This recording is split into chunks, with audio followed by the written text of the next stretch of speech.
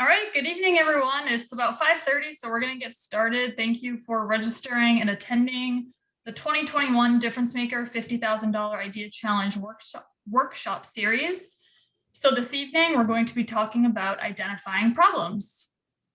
For those of you who don't know me, my name is Holly Lalos, and I'm the Entrepreneurial Initiatives Program Director here for Difference Maker. And this evening, we have two of our Difference Maker faculty fellows with us. So Professor Mazen El-Ghaziri from the Zuckerberg College of Health Sciences and Professor Tom Wilkes from the Kennedy College of Sciences. So thank you, guest speakers, for being here this evening, as well as all the students and all of the other faculty fellows and activity facilitators that are going to be assisting throughout this workshop. So just a quick overview of what to expect over the next hour and a half. So first, we'll talk a bit about the next steps as far as the idea challenge, submitting your idea plan, a bit more learning about the problem that you're interested in identifying. And then we're actually going to do a breakout activity for the next half of the event, where hopefully you'll meet some new people, be able to work on your problems a bit more, and further those ideas. And then we'll end with some presentations for those of you who want to share with the group and maybe gain some additional feedback. And then also talking about next steps, so what to expect throughout the rest of this Difference Maker process. So again, just a bit more of the plan for the workshop, the activity. Professor El-Ghaziri will talk a bit more about this later on, but we'll have breakout rooms. So you'll get to choose a topic area that you're interested in. So whether or not you have an idea at this point, you can choose whatever room you're interested in that specific topic. And then there'll be some facilitators in that room, as well as other students that you can work with throughout the activity. So for those of you that did apply to the Idea Challenge this year, we received 50 applications from across all the different colleges at UMass Lowell. And we did get a variety of ideas from sort of more social, nonprofit, service-based ideas to more product-based for-profit business ideas as well. So just looking ahead from now until the Idea Challenge, so these next couple months will really help prepare you. The workshop series is meant to help prepare you to pitch at both the preliminary pitch off as well as the $50,000 Idea Challenge. So out of those 50 applications, those teams will submit their idea plans by March 5th. Those idea plans will be read and scored. The top 30 to 35 teams will move on to pitch at the preliminary pitch off on April 7th. And then from there, 10 teams will move on to pitch off at the $50,000 Idea Challenge on April 14th. So throughout this workshop series, you'll meet new students. You'll be able to build up your team a bit more. We also have our online Team Maker platform that you'll be able to meet students through. And then you can always reach out to me and the other faculty fellows, and we can help you with that. And I talked about the idea plan, submitting that by March 5th. And again, a reminder, that's what this workshop series is really here to help you with, developing that idea plan and also preparing you to pitch at the Idea Challenge in April.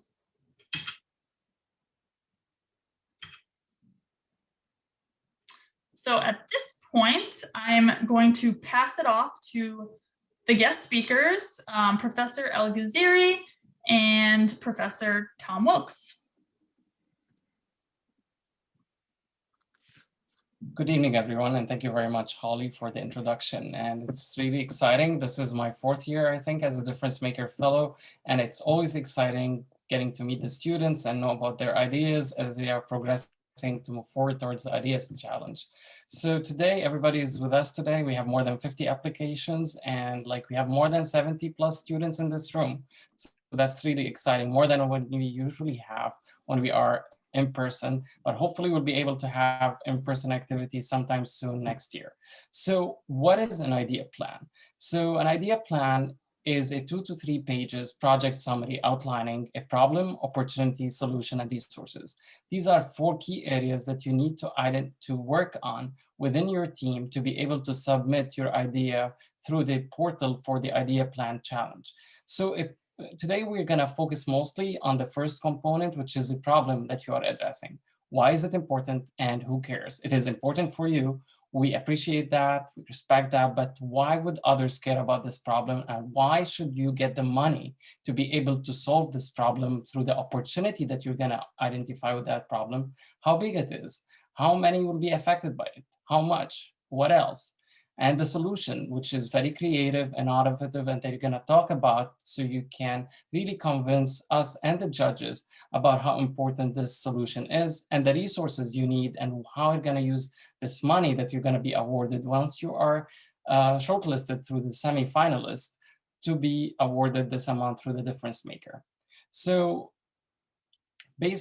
again, this problem and this idea plan should be identified based on research. Your opinion matters for us and we respect that. But again, it should be well researched based on the resources that you have and you can have access to at UMass Lowell, whether that's the library, whether it's through survey, to your friends, to the community, to the stakeholders that we're gonna talk about later on, and using the difference maker toolkit, because a key success is answering each and every single question on this difference maker toolkit.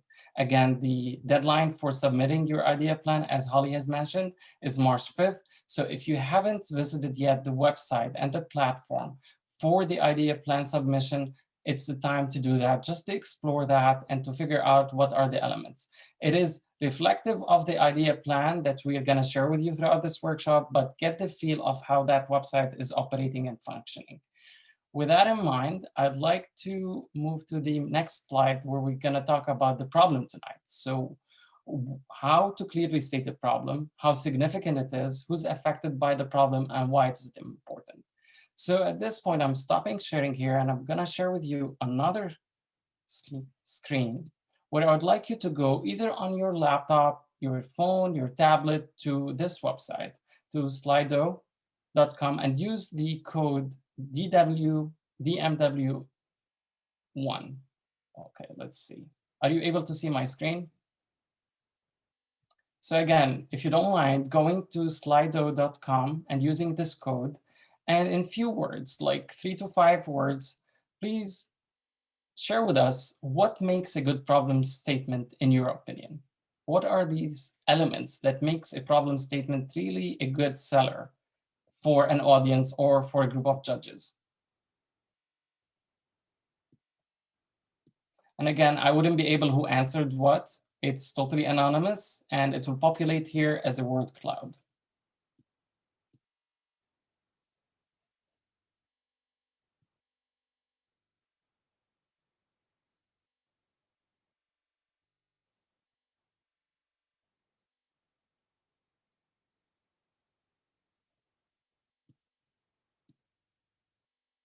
Keep them coming.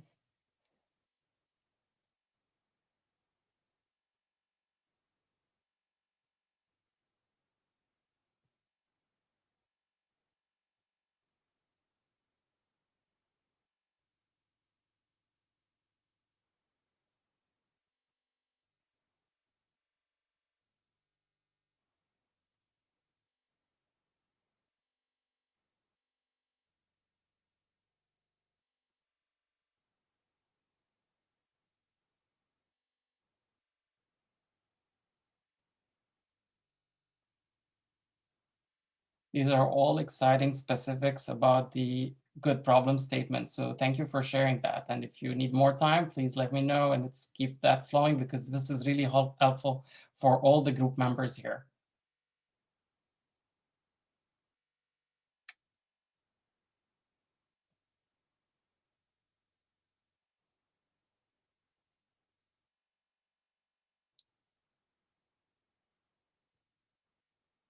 Okay. Anybody would like to share more about what do you think about what makes a good problem statement? I think we can start talking about them. And if you'd like to add more, feel free. We'll spend like a couple of minutes here. So that's totally fine if you'd like to add more. You can see there are like those that are like in different font and bigger size squares. They are just reflective of the same idea or same thought that more than one person shared. So being specific, that's awesome. Need driven, like what is driving this problem? What is needed? Being consistent through like, yeah, seeing a trend through certain statistics or data, i.e. measurable, and being concise and informative. Solution driven, yet we're focusing on the problem. Yeah, so maybe at the next step, clear and precise. I cannot highlight how this is important. The more clear, the more precise in terms of using numbers, statistics, data, the better your problem is. Positive, you can phrase it in a positive way to solve a solution, to solve a problem that's existing. How many people are affected? Perfect. Like you guys are like really framing the outline and starting having these specifics to answer each question in the problem statement. And luckily Holly is like recording this, so you can refer to this later on and you can use it. Anything else you'd like to highlight or to share or to reflect upon from this? If anybody from the 79 participants would like to share any thoughts that we might have missed.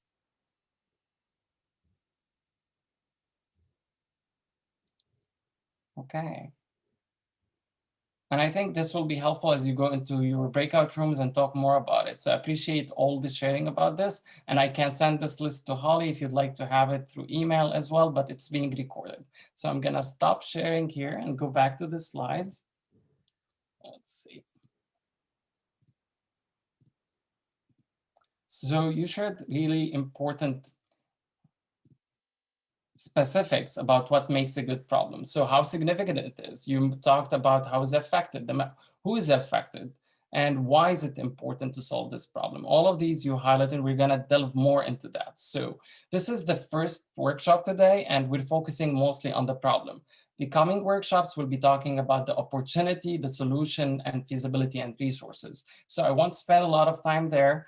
You can look more into this slide and you'll have a copy of this as well. But I would like to move further into the problem identification.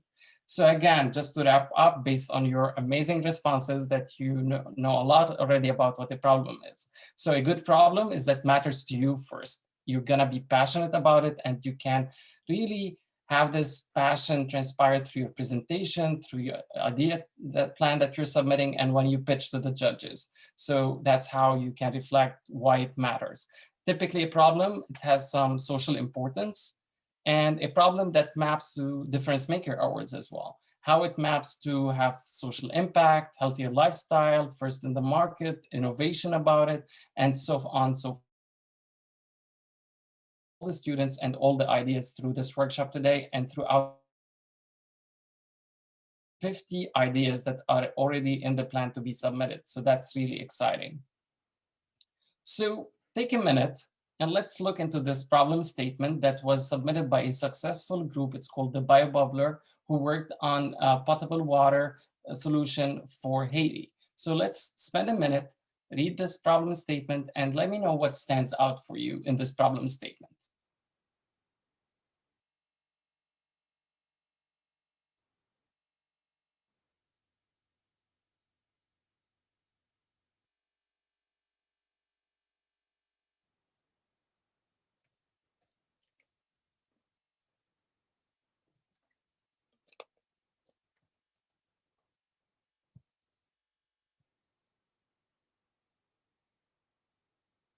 Okay. So any thoughts, reflections? Why is it a good problem statement? What is missing from this statement? Why do you think this team was one of the winning teams for the difference maker? I think them giving stats as far as the 45% of the population, the number of Haitians that died. Okay, excellent. And all of those helped in making it a great impact statement. Thank you very much, Sana. This is really on point because they gave like not only the stat, how many people were affected and how detrimental that impact was of that problem. How about others? It directly states the problem and gives relative information on the issue. Okay, thank you, Jack. It's like they going straight to the point. This is the problem, this is the issue, and like they're showing it's like very simple and very defined. Appreciate that, Jack. I just want to add, she cited her sources, so it shows it's not just what she says, there's actual other people backing her. Excellent point, Uriel. Appreciate saying that. And that's why we say your opinion matters. We love to hear your opinions, your voices, but it needs to be framed in evidence. So your passion would be shown through the evidence and the research that you do, whether through the libraries, stakeholder survey, and so on and so forth, to support your problem statement. Other thoughts, reflections on this problem statement? The time frame in between, like what was going on in that time and what's going on now, and to see what problem there is, like from 2014 and on. Thank you very much, Brandon. So they framed it within a certain time, showing the urgency, and this has been a couple of years ago, so but showing like the context of it within the time and the place that it was going on. Okay, so just the whole purpose is to share with you a successful team, a problem statement, and for you to deduce these key elements that your colleagues highlighted. So with that in mind, remember, be specific, simple, and defined through these characteristics and other items on the idea plan that you're gonna respond to each of those questions when you go to the breakout room to really have a successful and well-framed problem statement. So I'll move the screen now to Tom so he can provide some examples about successful difference maker projects and teams that were with us in previous years. Thank you, Mazen. I'm going to take it from here just for this one slide. Let me just share my screen quickly. Here we go. So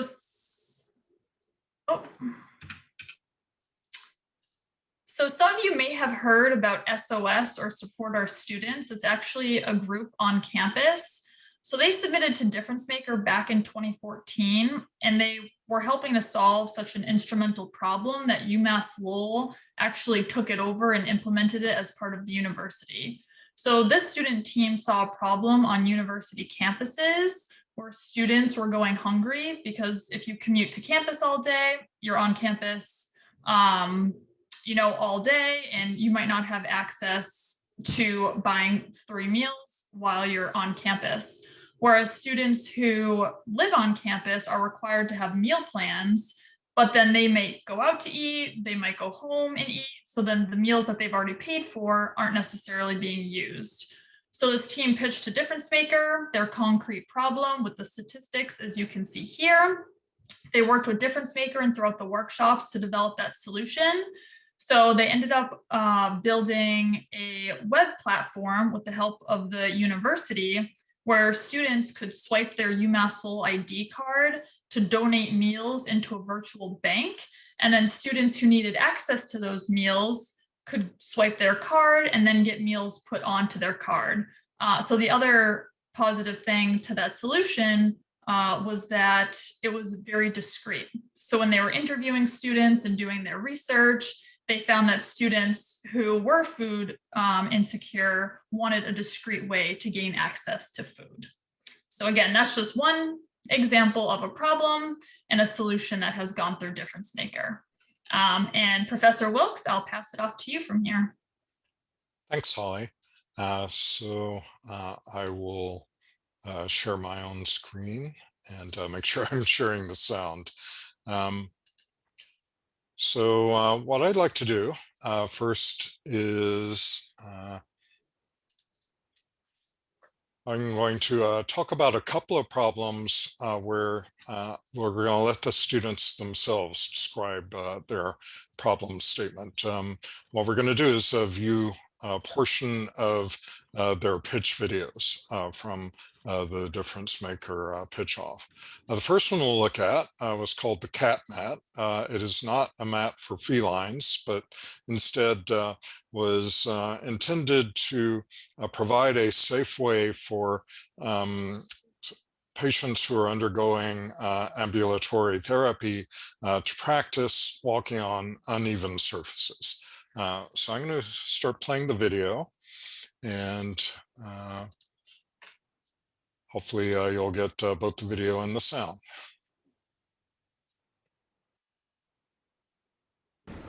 All right. Hi, everyone. I'm Michelle Malu. And I'm Katie Muse. We're both physical therapy graduate students, and today we're here to talk to you about the Community Ambulation Tool Mat, also known as the CAT-mat. So physical therapists are movement experts, and abnormalities of gait, or a person's manner of walking, is one of the primary impairments that we treat. Currently, there is no lightweight, cost-effective, easy-to-use device that therapists can use to train patients to successfully ambulate in the community, or walk outside. We have been studying in this field for 6 years and have experienced this problem firsthand. We know there is a need for a better gait training device. We surveyed UMass Lowell PTs and PTs practicing in the surrounding area. 100% responded that patients would benefit from gait training on uneven terrain. However, 77% said they found it challenging to simulate this terrain, and 74% said that was due, in part, to a lack of functionally accurate simulation devices. The AirX Balance Pad is the most comparable product on the market. It is a foam balance pad that cannot simulate an outdoor environment and patients cannot walk on, and is therefore not a solution to this problem. We also researched common diagnoses associated with gait impairments, and the incidence number per year was staggering, with traumatic brain injury ranking in over 250,000 per year and ankle sprains well over 1 million. DTs are treating these patients every single day. And with insurance constantly tightening the purse strings, we want to get patients better, quicker, faster. Okay, so that was the CAT-mat pitch. At that point, they segue into what their solution is all about, but that's a matter for another workshop. Let's take a look at a different one now. This is called QBell.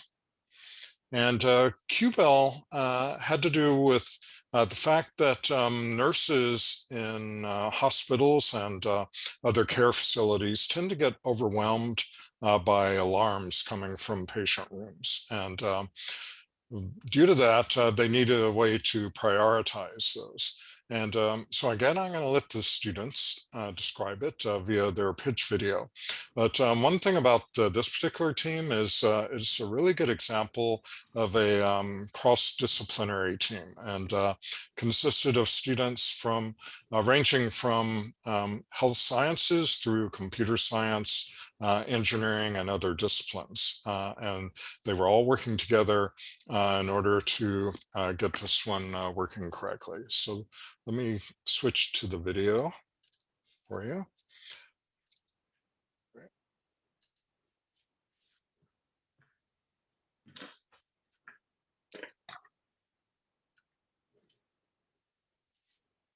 We'll be presenting on our product, QBell. I'm Stephanie Wilson, a nursing student.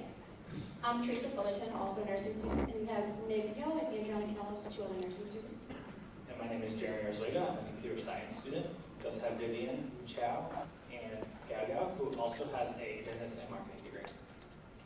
So by a show of hands, how many of you have ever been to a hospital and felt overwhelmed by the number of lights going off?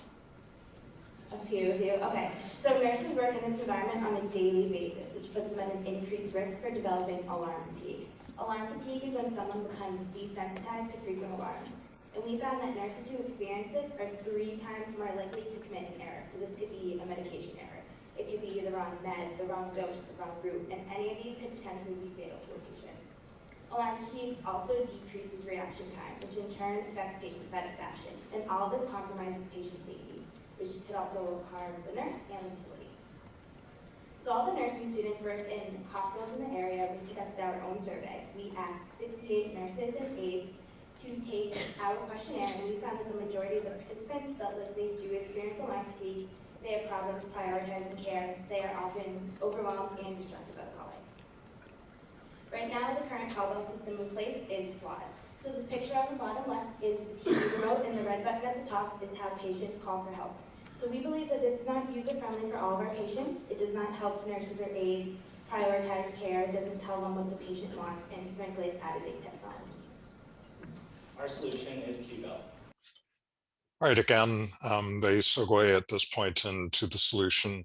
I had a question in chat whether there were closed captions. There are, but not so useful since they're auto-generated, I believe. Okay, so that was a couple of additional projects. I believe Holly will be sharing materials from all of these projects with you so that you can look at their slide decks and problem statements on your own. Okay, so I think at this point, I'll hand it back to Mazen, and he'll be describing what we'll be doing in the next portion of our meeting here. Okay, let me stop sharing. Okay, thank you very much, Tom. And here we get to the next exciting part of our workshop, where it's the hands-on, or where we start where you will start working within your groups in terms of defining the problems. So at this point, I would like you to take a minute and to see if you have a problem or any idea that you'd like to work on that fits into any of these polling questions that are gonna be like projected now. So you can select one of these rooms so you can go to this and work with a team on this problem identification. So the polling now is identifying these rooms, whether it's health-related problem, business, engineering, environmental, or other. And if you select one topic, doesn't mean that you're stuck in that room. You can float to other rooms as well. But let's get started with this, and then you can float across the different rooms. There is one question here from, and I can see somebody raising their hand. Okay, it's me. Can I speak? Yeah, please go ahead. Okay, so I have a confusion between the term that you told me to define in the problem statement, whether I would be looking for a problem to develop a product, or I would be looking for a problem to develop a business out of it. So, or should I do both, like develop a product and make a business model on it? So for each problem to be that you'll be working with, so the whole scope of this workshop today is to identify the problem that you'll outline your business plan to address this problem. Whether this business plan will include a product or a service or anything that is relevant for the solution that you're going to identify in later workshops. Holly, would you like to add to that? Yes, sorry, I was getting some chat, so I was focused on that. So if I heard the question correctly, Mazen, I think that you perfectly. Oh, great. Yep. Does this clarify the confusion that you just mentioned? Yes, thank you. Okay, great. So again, if you can take a minute and just pick which room or breakout room would you like to be part of, and so you can work with the team there on a problem to define.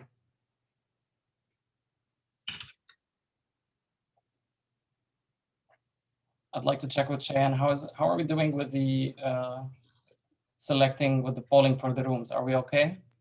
Yeah, we have 60 out of 77 people that are polling. So if we want to wait until those, then I can open up the breakout rooms. Okay, appreciate it. We'll open those in like a few minutes after we go about the expectations in each breakout room.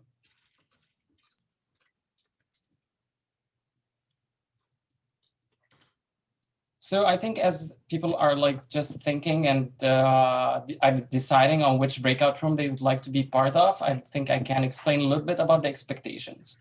So based on the topic, you're gonna work within this team in the breakout room on defining your problem and work throughout the coming 20 minutes on first introducing yourself, your major, your year in school, state the problem you wanna solve, and if you need to have additional teammates that will help you to solve this problem.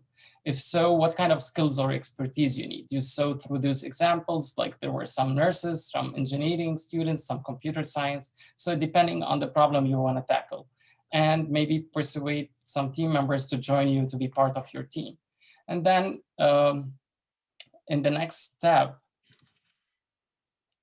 we urge you to use and look into the questions in the toolkit problem worksheet and because it will help you to identify the problems. So Holly's gonna drop that document in the chat box so each breakout room can have this document. So once you are in the breakout room and you started like the introductions, we would encourage you to identify one team leader to guide the discussion and another team member to take the notes, and the third team member to be able to come back after these 20 minutes to the main room and present to the groups your problem that you define. So again, just to reiterate, once you are in that room, you'll be using this toolkit problem worksheet that Holly is gonna drop in the chat box. 3 members, one will be leading the conversation, another member will take notes on this worksheet, and the third member will be presenting. It's up to you how you divide these skills. Like if one person would like take the notes and then present, that's totally fine. So it's up to the team to decide upon that. With that, any questions about the first step of going when we go to the breakout room? Okay. I'll move to the next expectation. So after we do this logistics for within your team for 5 minutes, you should discuss who's interested in the idea and who have similar ideas or interests that can overlap and how they can work all together on one common idea for the problem identification. Then within that same team, you're gonna refine your problem. So which is the problem that you're mostly interested in? Work on the problem together by sharing ideas and getting feedback from the group. And then you can work individually to complete your worksheet. But we encourage you to work as a team and come back to the room and report as a team. So for 10 minutes, you'll be using the toolkit, the problem worksheet, where you clearly state the problem you want to solve, discuss what you think is affected by the problem and who, and if it will be defined within your research, how specifically you will go. And we're not asking you to do the research now, but what do you need to do? Is it to go to the library, to do polling and to get some figures? You can Google some stuff at this point in time, just to come back to the group to be able to pitch in 1 minute. And then think about how important is it to solve this problem and why is it important? So again, at this point, you're brainstorming, you're using the ideas that you know, maybe some Google or other like resources that you have on hand, or you might already did some research, so you can bring this to the table. Last but not least is when we finish these 20 minutes, we come back to the main Zoom room. So we'll give you an alert when you have 1 minute just to wrap up. And each team member will be allowed to have 1 minute pitch where you introduce yourself. You tell us about the problem that you're working on to solve. And what do you think or assume about the problem so far, and what is additional help needed? So this is in summary how it's gonna be in the breakout room for the coming 20 minutes. And we have a team of difference maker fellows with Holly and the other students within difference maker that we're gonna float around these breakout rooms to give you feedback and see if you have any concerns or anything that we can clarify through the process. Tom, would you like to add anything about this, or Holly? Mazen, I'll add something really quick, just because some chats were coming in individually as well as to everyone. So at this point, if you don't have a problem, that's okay. Just select a topic area that you think you're interested in. You can join that conversation, brainstorm ideas. If you're not a part of the idea challenge, maybe you'll end up joining a team after this. So don't worry about that at this point. Additionally, if you select a room and you're not necessarily interested in that room, you are able to move into another room. And then I just wanted to make a note. So I teach a difference maker seminar course. For my students who are here, I was getting a couple questions about what they should be doing. So in class, they'll be doing a difference maker project based off the problem, opportunity, solution, and resources, and also submitting an idea plan in class. So at this point, to my students, you should have 3 to 5 problems that you and your group are interested in. If you have one topic area that you all want to join together to be together and sort of work on that, that's okay. But if you still have 3 to 5 that you're deciding between, you can join different rooms and then work with different students and then come back collectively later on or next week and discuss what you learned and what problem you want to focus on for the class. But if you have questions, you can definitely ask them here, or you can chat me and I can answer those for you.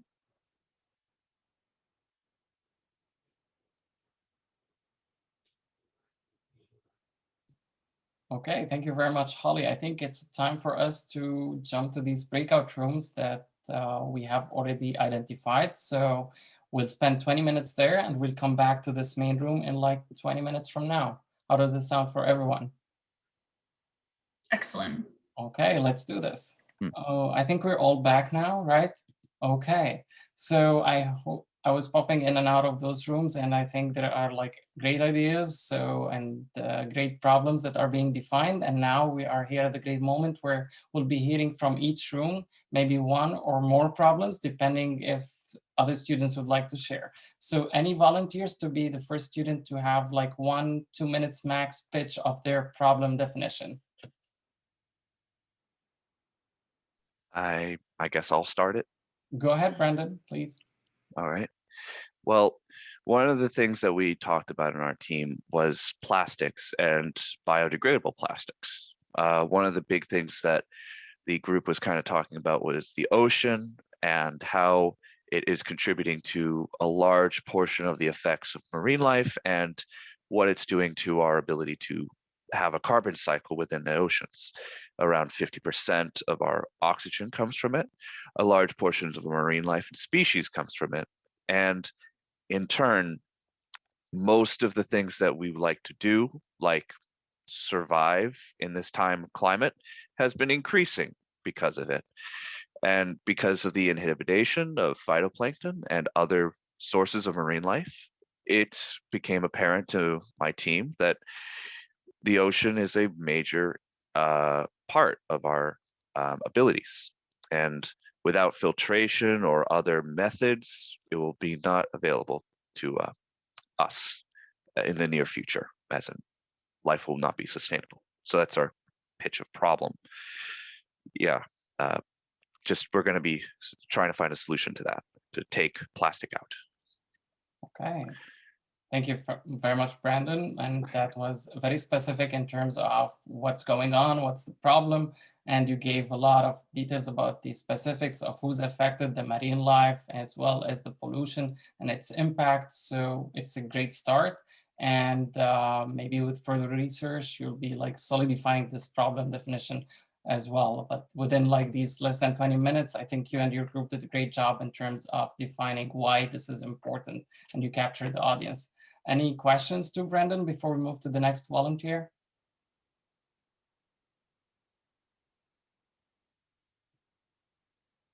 Okay, who'd like to go next? I have like, I see one hand is here. MD Sadman Islam, would you like to go ahead? Yes, I can go ahead. So I'm MD Sadman Islam and currently on my junior year studying electrical engineering.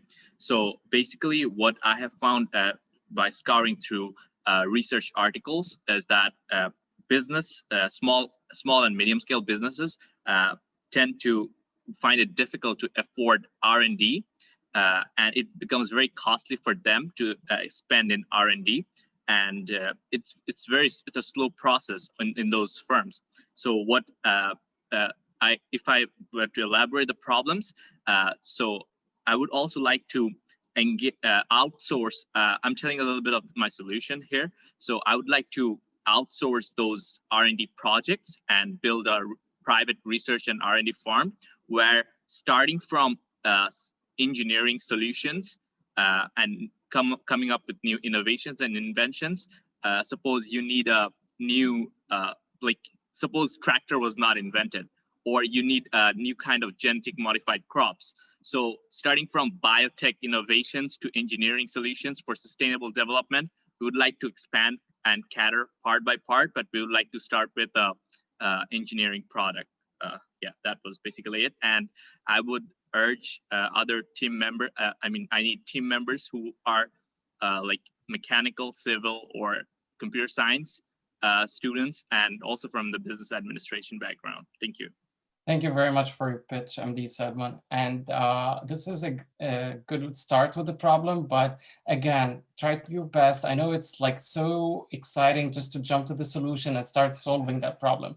But yet again, just go step backward and just think about the problem, how to phrase it, the impact, the specifics, or the elements that you and your colleagues have shared. But it's a good pitch in terms of the team members that you need and how to navigate that.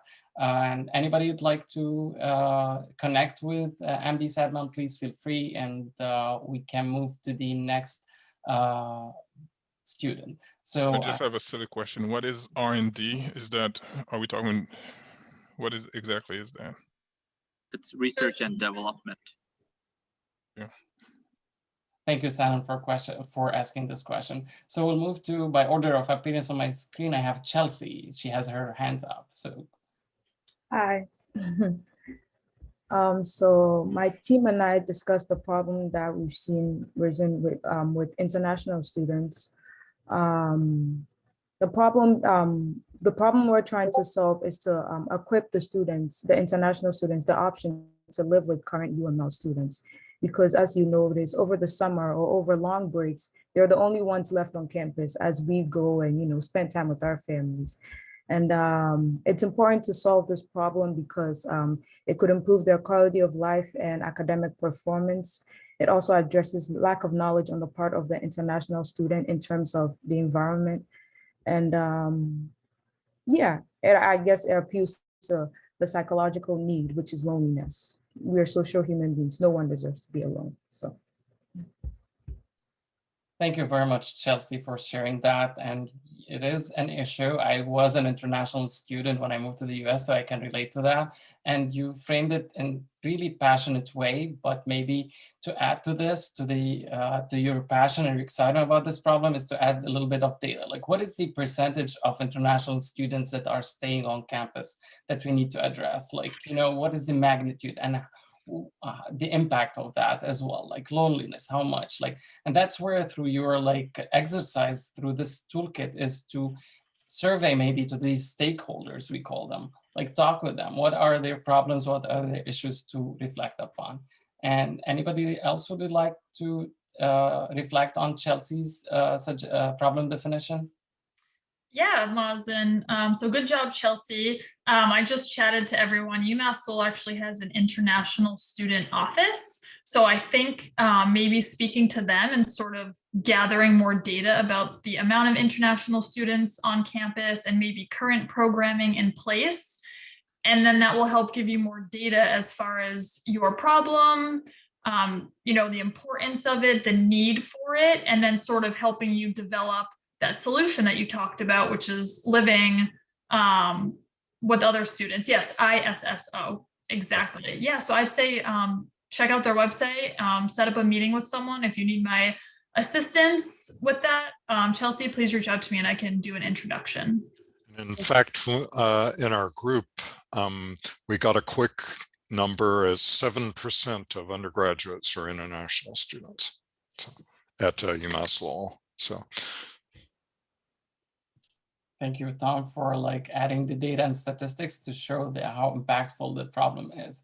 So we'll move to the next presenter for the problem definition. We have Ariel. You have your hand up. So would you like to share with the group? Yes, so our problem was food insecurity caused by food sources being compromised or issues in food distribution. So this affects people in rural environments, third world countries, or who are living, who are affected by a natural disaster or who can't travel to a supermarket. So third world country, first world country, food distribution and natural disasters affect us all. So we estimated that there are about 690 million people affected by this across the world and about 50 million in the US. So among our different types of groups, there were different reasons why this was important. So among our urban group of people, it was mostly quality of food. For our people who are affected by transportation in some way, it's that the food wasn't close enough to them. And then for people who were affected by natural disasters, there were transportation issues, the fact that losing power or can make perishable food go bad quickly, and the fact that food sometimes takes a long time to reach them. As for why, like how this affects these groups, there are general health issues, moodiness, lack of energy levels. It can make already existing health issues worse, and it can leave lasting effects on children. And our overall statement on why this is significant is it's a basic necessity, and no one should have to go hungry when there's enough food to feed everyone, especially since people are what make the world go round. Great work, Ariel. Really an important problem and very well defined, like really excellent problem presentation. And it seems that you've done your homework with going through the questions in the toolkit. And for the group here, like think about this toolkit as if it's your rubric, because there will be scoring for each section of the idea plan. So make sure to check each item in that toolkit sheet, because it's really helpful, because we all are reading from the same sheet, but it's how you present yourself through each item on this toolkit. That will be really helpful. So thank you very much, Ariel. We'll move next to Max. Can you hear me? Yes, we can. All right. Okay, cool. So so with the area I'm looking to be into is with stem cells, and the intervention to help with using stem cells already used, so like stem cell therapy is already something that's being in use.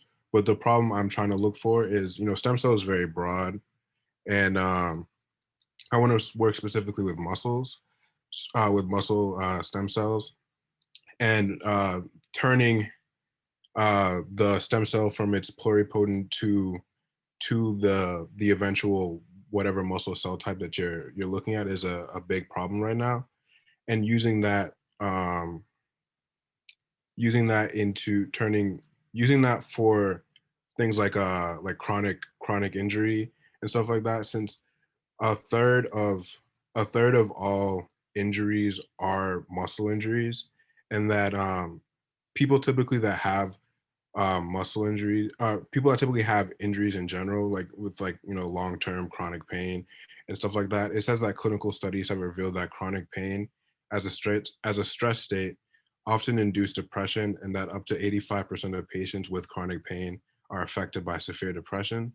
So if finding a way to address this problem can help snowball into a bigger effect like that, that would be what I'd try to do. Thank you very much, Max. Very well-defined problem, and you made your research around that with the statistics and data. And feel free to pitch if you need any team member that will help you within your idea plan. It's the perfect moment for that. We have more than 79 students in this room, so go ahead if you'd like to do that.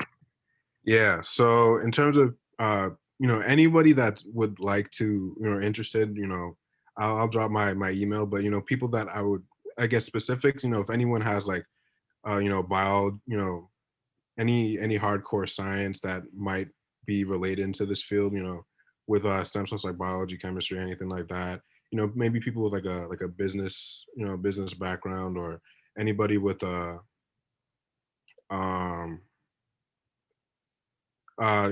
anyone that's already been into research, so that knows like the research process and could help me with that or stuff like that. Anybody in those kind of areas. But if you're interested and you want to join, just I'll drop my email and then we can talk. Thank you very much, Max. And if any of other speakers who already presented, if you need team members, make sure to share your details and your contact information in the chat box. Last but not least, we have Jay. Would you like to share your problem? Yeah. So hello all, my name is Heldis, or Jay. I'm from Minds with Purpose, which is a networking platform to create networking opportunities for local businesses, entrepreneurs, and artists to get the exposure they need to promote their business and brand. And the problem I'm trying to solve is the lack of exposure and support that locals face. Like, we all know someone who has a great idea that doesn't pursue that idea because they don't have enough eyes on it or enough support on it. We all know an artist who stops singing because they don't have enough fans. Or we all know a local business that just goes out of business because they're not getting enough customers inside their doors. and everybody on this chat has amazing ideas that, you know, needs more exposure to help it succeed. So my goal is to, you know, find a solution for that problem. Okay, thank you very much, Jay, for sharing. I appreciate all the effort in terms of the definition of the problem, working with the toolkit. So this is really exciting. We have a lot of exciting ideas, but just for the sake of time, I'd like to take one or more of these suggested problem definitions before we wrap up our session for today. Any more volunteers? Yes, I'll go. Oh, please go ahead, Sana. Hi, my name is Sanon Lozo. I am a sophomore here at UML. The issue, I believe that the issue that I am trying to address would, with the help of a good physical therapist, as well as a material engineer, as well as any other form of engineer, if any individual with hard sciences, would help address this issue.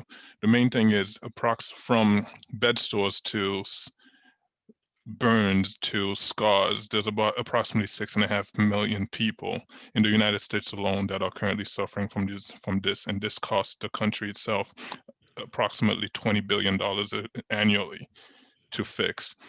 And I was wondering if there's a way that we can use a synthetic silk as potential skin grafts to find a way to make sure that it helps for the patient's mobility, the patient's recovery time, and also if we could make it so that it's a much more cost-effective process as opposed to the regular skin graft process that's currently going on. The surgery for skin graft is long tasking and it's costly, and trying to find an alternative. And we also know how high the medical cost is in the United States. So hopefully, if we could find a way to make that much more appealing, not just to the patients, because some patients, it is also considered cosmetic. So a lot of health insurance will not cover cosmetic skin grafts. So if we could find a way to make that much more appealing to both the patient and the hospitals, as well as the health insurance providers, that would help a lot of people. Thank you. Excellent presentation for the problem. You defined your stakeholders, the patients, the insurance, the providers as well. And you mentioned a couple of keywords, long. So the procedure, what is the length? What are we talking about? The costly that you mentioned. And that's where the research needs to be done further in order really to frame it better in data and statistics in terms of how many people are affected, the impact, and so on and so forth. But it's a great start. So I appreciate you sharing with us. Sanskriti, would you like to share your problem? Hi. So people think of wheelchair users as a monolith, but the fact is it's a spectrum, and people range from being able to wheel themselves everywhere physically to needing a power chair. But there are people in the middle of the spectrum who do not fit in either category, who need it sometimes but not always, who need it for longer distances. And to do that, insurance won't cover it because it is only considered necessary if you need it inside your house. So, and the products on the market are currently extremely expensive. The most popular one is about $6,500. So we are working on creating a cost-effective version. Sorry, you don't want the solution, my bad. So that's the problem. I appreciate it, and it's not bad at all. It's I appreciate your excitement about it, and thanks for sharing. This is really important. You mentioned the cost and the burden. Yeah, and you can refine it further through your research in the coming few weeks in terms of the percentage of the population affected, the need, and what are the resources that are already available there, and how do you distinguish yourself from others through this problem in terms of the solution that's going to unfold. So with that in mind, we still have 5 more minutes. So we're gonna wrap up unless anybody has really this urge just to share with everyone and the excitement. So we'll take one more before we wrap up. Okay, I hear none. Okay, anybody? Okay, so we wrap up with a few more slides just to tell you about the next exciting steps that we have planned for you as you're navigating your idea plan and the idea challenge. So here we go. So if you still haven't found what you're looking for yet, please visit the Team Maker portal in order to build your team and to think about what are the problems that or the ideas that other students are working on, because this platform is going to be used to build these teams. And again, go to the website where you're going to submit your idea plan, because there is a scoring component based on your team composition, how interdisciplinary from other colleges and how it meets the need of your project. So again, view the list, log in with your student credentials and get your information there. And so again, if you need some team members, join the team as a seeker and connect with them. What is the homework to be done by the next workshop, which is planned on February 22nd? Talk to at least 10 people in relation to your problem and make sure to capture some data, whether from the literature, i.e. from the library, or through a survey where you develop a list of max 5 to 10 questions to ask them. So again, make sure to use the Difference Maker Toolkit worksheet in order to research and capture the following questions. Who is affected by the problem and how many? Numbers have power and speak louder than words.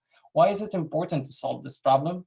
What bothers people the most about this problem, and how do they solve this problem now?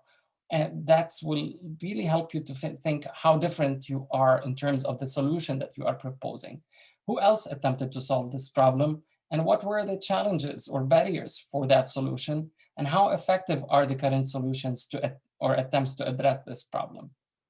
So this is just a reminder that today was the first workshop in this series of 4 workshops, and we talked about problem definition. February 22nd will be on assessing opportunities and value propositions. February 25th will be on developing the business model. And finally, how do you deliver your rocket pitch that is going to be in front of a group of judges happening virtually through the Difference Maker. And all workshops are Zoom through the registration that you already used for this workshop. So there are other registrations for the remaining 3 workshops, and it's happening at the same time, 5:30 to 7 p.m. And again, the big prize is $50,000, not for one individual, one group. It's distributed around 10 teams based on the scoring. So again, the deadlines to remind you all, March 5th at 5 p.m. is the date when the idea plan is due. By March 15, you'll be receiving an email about the semifinalists that will be announced. March 26th at 5 p.m., we have the revised idea plan is due with the rocket pitch PowerPoint is due. And April 7 is the big day where we have the preliminary pitch off. And then April 14 is the big idea challenge, where the $50,000 will be awarded to the finalist teams. Again, what's happening through this rocket pitch is the judges want to see more research and data when you are like providing your PowerPoint. They want to know more that you understand what you're doing and how you will take this money to solve the problem and implement your solution. Again, as you go through these workshops and the process, utilize again the toolkit. It's your rubric. It helps you to get all these points as we score and review these problems and great ideas that you're gonna submit. Again, a quick recap, what's happening and your homework for February 22nd, talk to at least 10 people who are affected by the problem, gather some data, survey, utilizing the library search engines and databases, utilize the Difference Maker Toolkit Problem Worksheet, because the next workshop will build on your homework through this workshop. And again, look at the idea plan online. Start filling it if you can. Use the save option on that. At least explore it if you haven't done that so far. It's due on March 5th. And we're looking forward to see you on our second workshop on February 22nd, where Professor Brent Shell will be co-facilitating that with Professor Neil Shortland. With that, please get connected with the Difference Maker through the website, our Twitter account, or its Instagram, the blogs, and Facebook. And I'll leave the last words to Holly to wrap up this session for us.